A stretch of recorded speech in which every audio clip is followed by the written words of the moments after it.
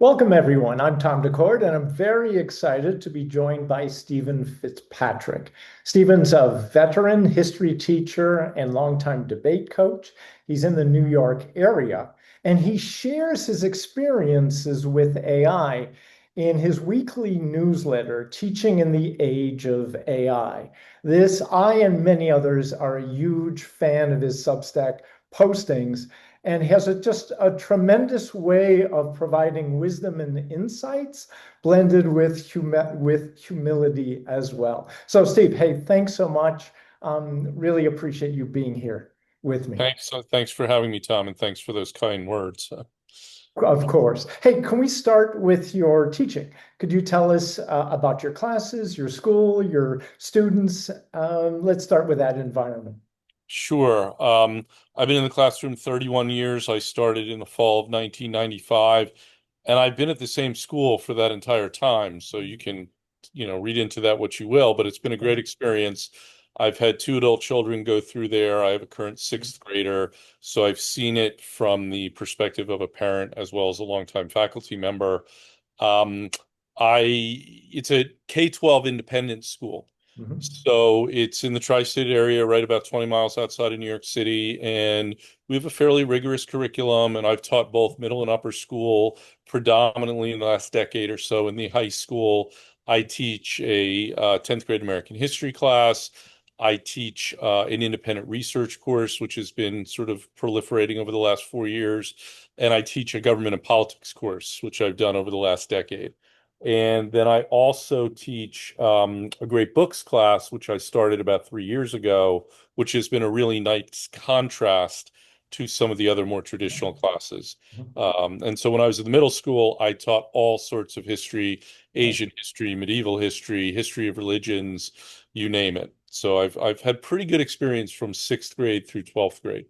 A vast, wide-ranging experience. And I'm getting echoes of my past when I was an independent school history teacher and taught middle school and high school and a range of courses like yourself. So, can you tell us where did the interest in AI come from and a little bit how that's manifested itself in your professional work with your students, your school?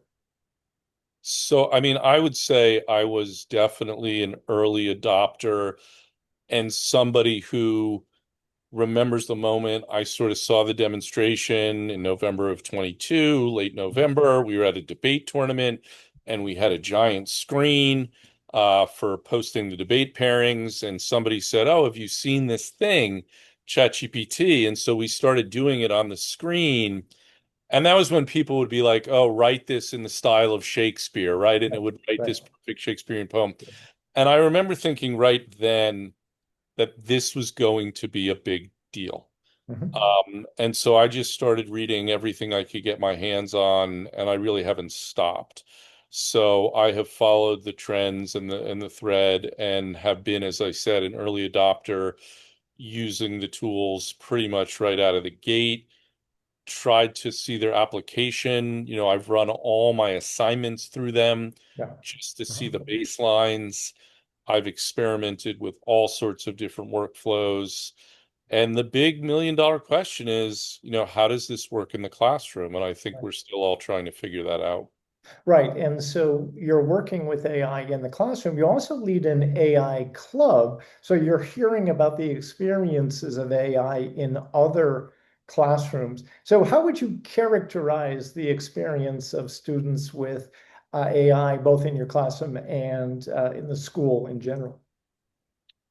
So, I don't want to say that's a tricky question, but teaching 10th, 11th, 12th graders over these last, 4 years that AI has been ubiquitous has been fascinating because I do keep in touch with a lot of my students as they go on to college Uh, and quite a few of them as they go into the workforce as well. uh, And so I've seen the trajectory of some kids who were maybe 11th or 12th graders 4 years ago and are now out of college and in the workforce. But talking to them as students, what was very clear, and I do think this was representative of not just our school, but the country and even the world writ large, was that students were using these tools a lot more frequently than maybe many teachers knew. Mhm. And that's become pretty clear over the last 12 Right. or 18 months. And so I'm always very curious, and I didn't necessarily condemn them in the sense that I was like, oh, are all you doing is cheating? I was always more open-ended. How are you using these tools? What are you using them for? And so this past year, one of the students asked me to be the advisor to the AI club. Mhm. And so I've brought my knowledge and sort of expertise into that. And so we've had some really good discussions in the AI club about more, it's not a class per se, right? So Right. there's less stigma for them to be like, oh, this is how I use it, this is what I do. And they have a lot of good questions. So it's been another entry point into the student population that has been valuable. So what has been the student reaction? Perhaps you might single out some beneficial uses of AI, but also concerns raised not only by faculty, but students. One of your posts was fascinating, what students think about AI. And it's the undercurrent is they're asking for help. Yeah, I do think there's a lot of uncertainty, especially because the policies that have been rolled out tend to be very good in the abstract, but when they Uh-huh. actually meet the messy reality of what a classroom looks like, it's very hard to know where those lines are. So, yes, on the most obvious, taking a writing prompt and putting it into an AI and saying, write this thing for me, and then submitting that as your own work, that's pretty clear. Right.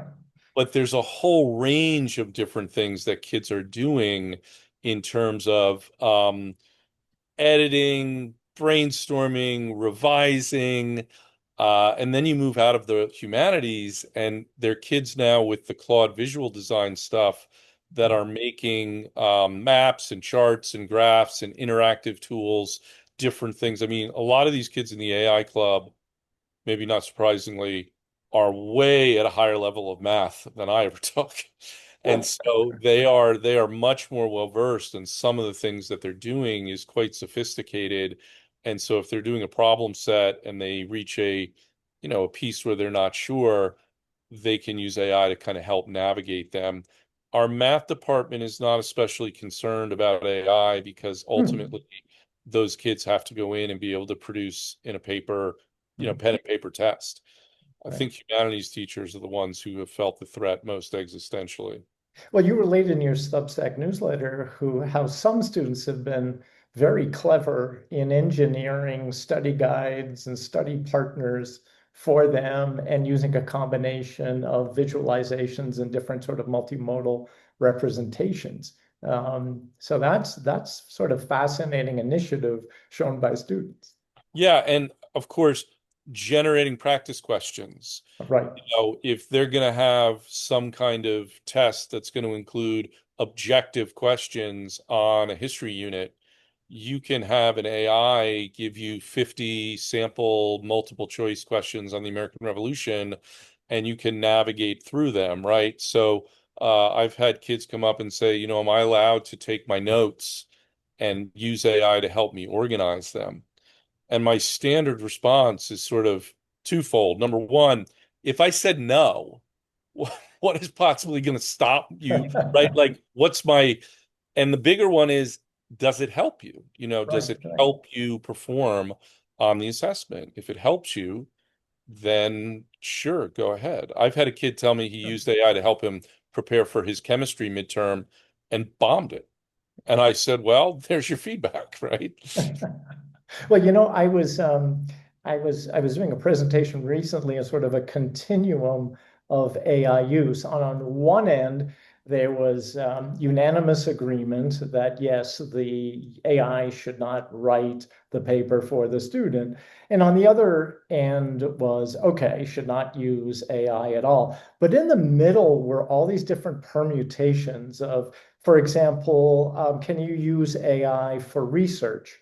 Can you use AI for summaries of what you're reading to prepare? Can you, and there are all these different permutations. And some of the teachers said, well, that's not cheating. That's not any kind of plagiarism. And other teachers, well, I'm not so sure. We've talked about how many decisions are context dependent. Can you elaborate on that and share your thoughts about how do we tackle this question of how can AI help?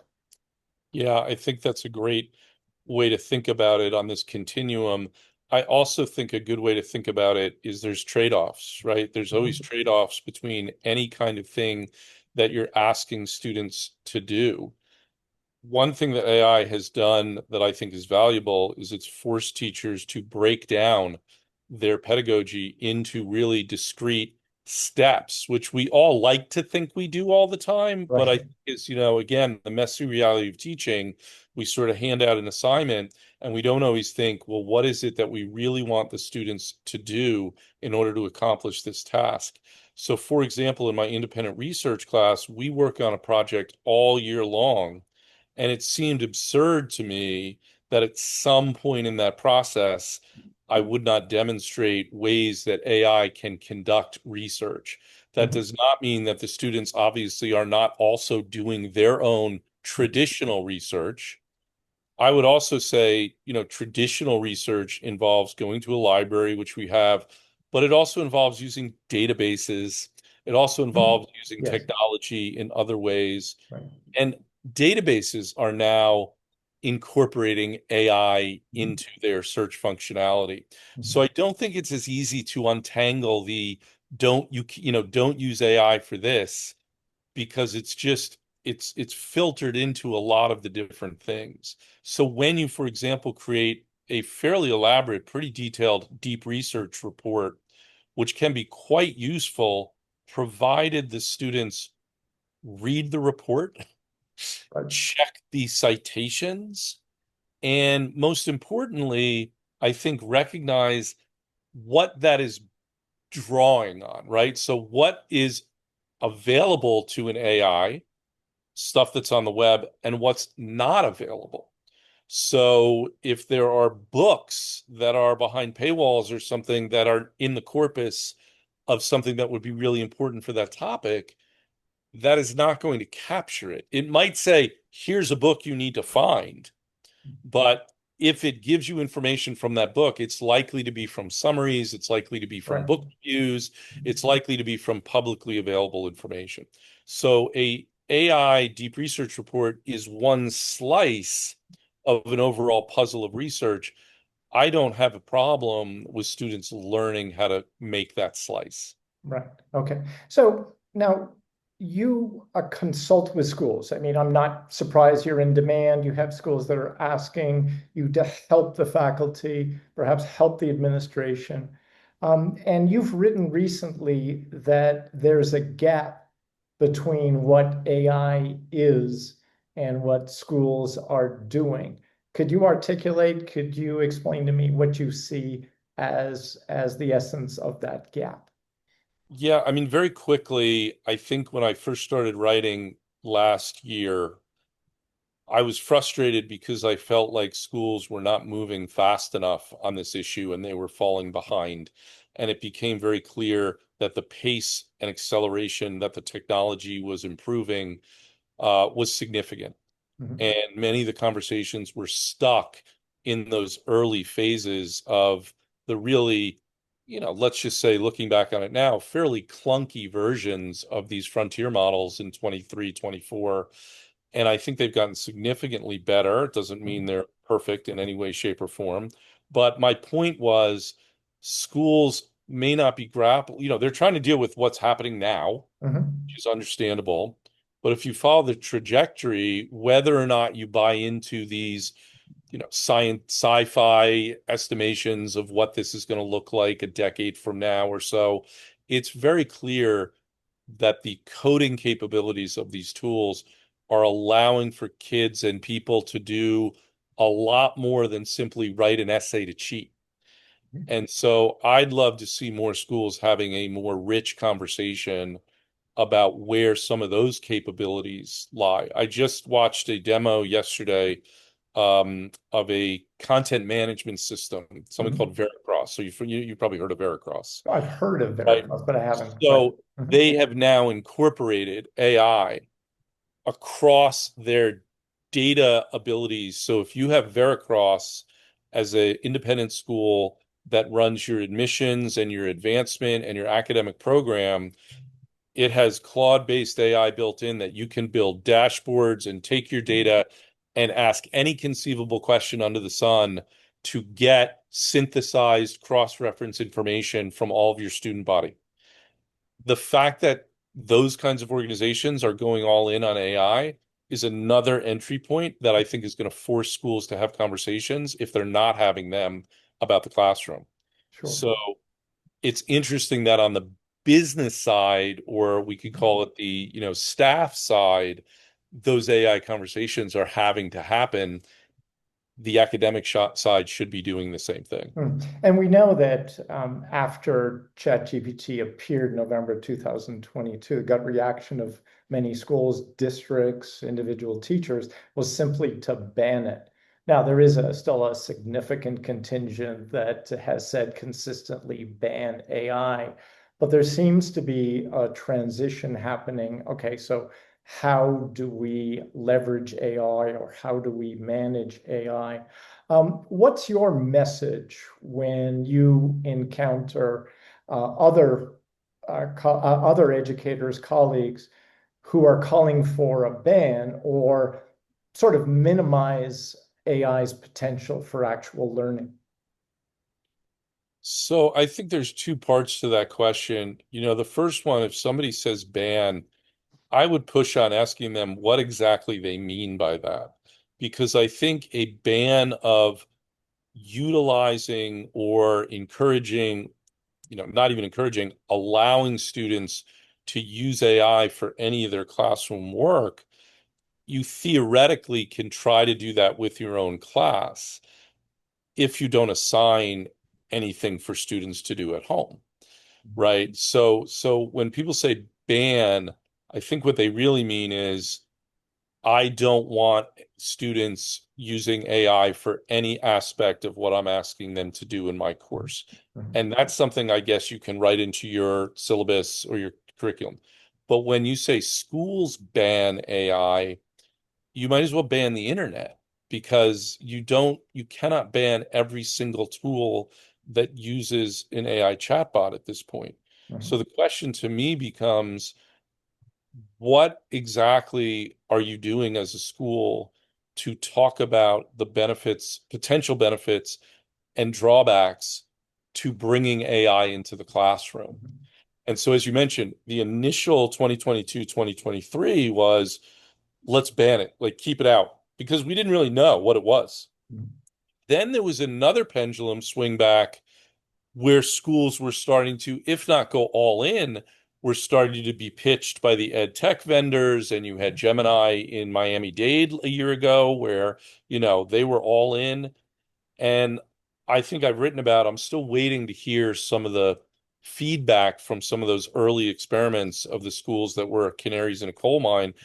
I gather that the data is pretty either inconclusive or not especially robust about learning gains because I don't think anybody really knows how to utilize these tools in class. A lot of the backlash we're seeing today on the no screen movement Mhm. is focused on the younger grades. And frankly, it does surprise me a little bit that we're pushing AI all the way down to kindergarten. I think that's very premature. Right. Uh, Right. Now, there's more of a sense of urgency, I believe, in this sort of era of agentic AI. We're recording this shortly after Google I/O 2026, when it introduced a slew of new products or upgrades that are essentially all AI layered. And one is Google Spark that can serve as a personal assistant. So it can serve as a personal assistant to a student. So now a concern has shifted from did AI write that paper to did AI manage that entire workflow? all the planning, all the research, communication, and can a student just add some half-formed thought verbally now to Google Doc and a paper comes out? So it seems to me the um, the the present challenge is both concerning, and that this is a call to action for schools who have not yet decided in what direction or how they're going to respond to AI. What's your view? What's your take on the impact of agentic AI on schools?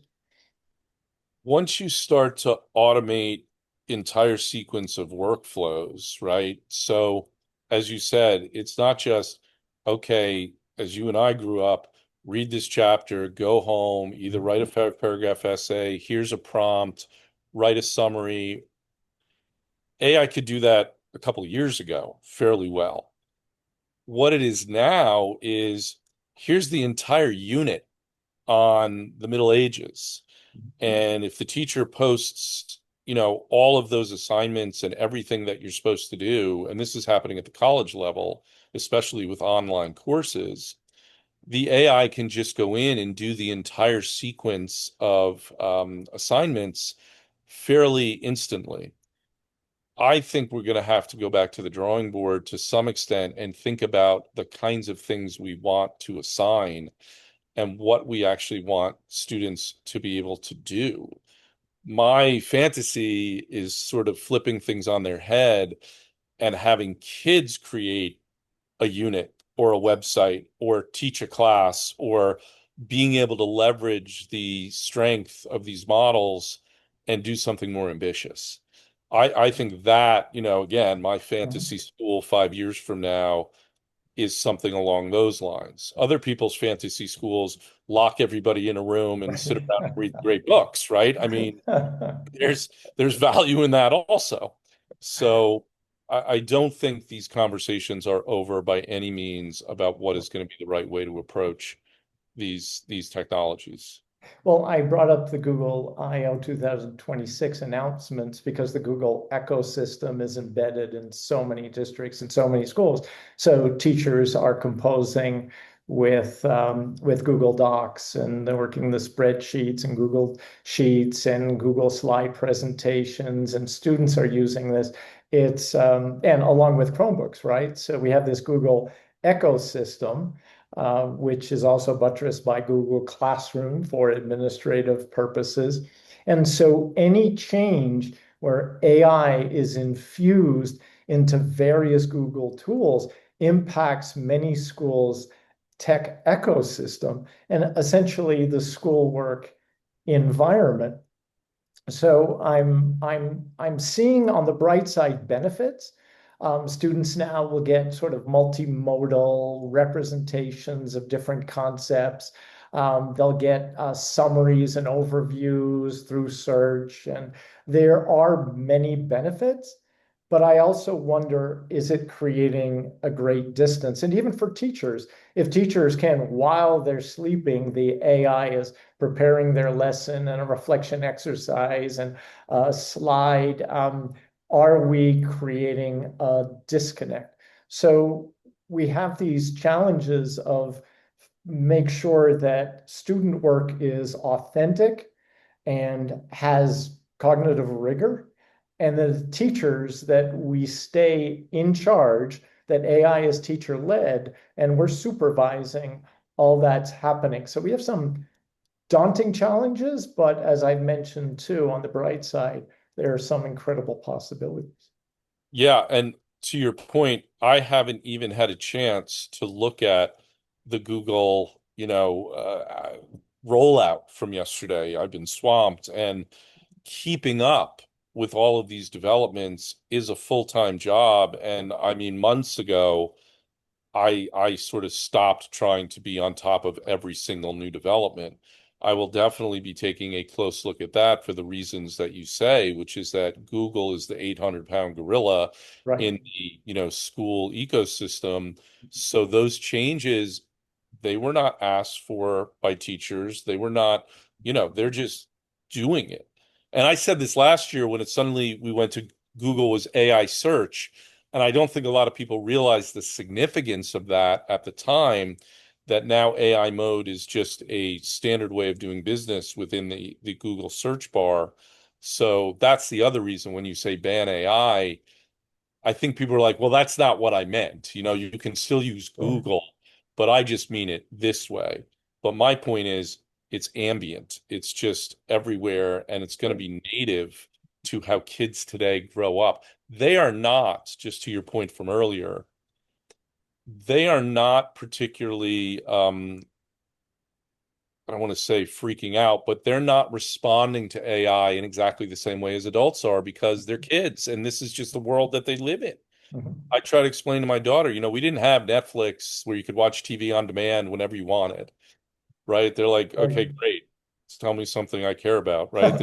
This is what I have, Exactly. right? Exactly. So in a few years, to say to kids something about AI, they're going to look at you like you have three eyes because they're going to be like, of course we do AI. That's how we know how to do things. Sure. And So there's also some tools that we don't consider educational and maybe consider fairly innocuous, like Google search and YouTube, that now have great educational potential. For instance, you can ask YouTube questions. So you have a virtual AI tutor at your disposal. I mean, there are benefits, or there are definitely educational ways that we can leverage this. At the same time, it points out that, here are tools that are probably not in an AI policies document that only discusses Chat GPT, but now we have to consider the whole workspace, the Google workspace environment, and consider more broadly on those implications. So we have a lot of challenges, don't we, going forward? I mean, what do you see going forward, and what advice do you have for educators and schools as we're in this agentic AI era? yeah, I think you hit the nail on the head in terms of trying to write policies that capture the moment and name particular technologies are somewhat of a fool's errand. I think Right, they need right. to be principally based on principles. And it gets back to basics of what are we asking kids to do and how are they to go about doing that? What skills do we want them to build? And can AI assist with that, or is it only going to detract from that? And I think if you not even start with AI, but just start from really lofty principles about learning and teaching and education, and almost have an opportunity for schools to revisit those very classic questions. And you've worked in the independent school world. You read 10 mission statements, you've read them all, right? Yeah, Like all the right. same It's buzz. kind of echo. But my point is, let's cut under those buzzwords and really, really mean when we say we're teaching character or when we say we're teaching curiosity, what does that mean in an age of AI when curiosity with the right intent, AI opens up an incredible world for you if you can, do that. But if you're only trying to complete an assignment for a grade so you can get into X college, that intent is not going to land you where you want with a teaching and learning philosophy. So, I was a curriculum director at our school at one point. That was a title I had within our middle school. And I really enjoy those big picture conversations. I brought in somebody from Wiggins and McTee, the Understanding by Oh, Design yeah, sure. curriculum, which I really like that idea of backwards planning. And I think that mentality is more valuable than ever today to start with what is my goal here? If my goal is to produce the greatest paper, well, AI is going to be able to do that. My goal has to be to explain to students what skills they need to produce an insightful piece of writing if it's in an expository way. English teachers have a different idea, maybe creativity, and we don't want a summary of Shakespeare. Right. What is an AI summary of Shakespeare? No, it's the language. You have to interact, you have to read it, you have to live it, you have to feel it. So I think there's just I like to think there's opportunities, but I also see that people are drowning. So it sounds like you're calling for sort of a rethink of purpose and working from that purpose in perhaps redesigning our units, our activities with students, and thinking carefully about how students are exhibiting the cognitive rigor that we're hoping that they demonstrate. And so I'm wondering, are we on the verge of an existential crisis, and or are schools a kind of a nearly immovable object and will sort of continue to essentially teach in the same manner and work along the edges to try to mitigate cheating? What do you kind of in your crystal ball? Um, what do you see transpiring in the next few years? In the first 6 or 9 months, I was very optimistic that this was going to be the technology that would force the kinds of conversations that people have wanted to have or theoretically have talked about wanting to have for years.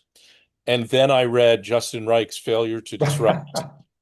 And honestly, that was a big splash of cold water. If you look at the history of ed tech, as you know very well, it tends to overpromise, underdeliver, not tends to move education in demonstrable ways. So I think a major question is this potentially going to be different? Is this going to be something that is going to have to make us reevaluate what it is that we want students to be able to do? And again, these larger philosophical questions are happening well outside of educational arenas when you can read any, I could send you a dozen articles by people who are theorizing what is the purpose of being a human in a world where an AI can do everything that humans can do, right? Whether you accept that that's true or not, or might be true or not, it's forcing us to have those conversations. And you filter them down to the school environment. Um, it does for teachers, authenticity. I can't presume that a student is going to be, that what they're giving me, if I give them an assignment take home, is 100% authentic, going to be their work, unless maybe I've established a relationship with that student where I've been able to convince them the value of why doing it yourself is going to pay off in the long run. And that's another theme that I've tried to explore is that human connection. We just had kids write research papers, and I was really happy with them in the sense that they were all flawed in ways that make it clear that they didn't run it through AI to write their paper for them. Isn't it And kind of funny how we sort of wish for that era where it was obviously student written work full of errors? so I do feel, people have, I think, who was it, Bill Gates or somebody blithely said, we won't have teachers anymore.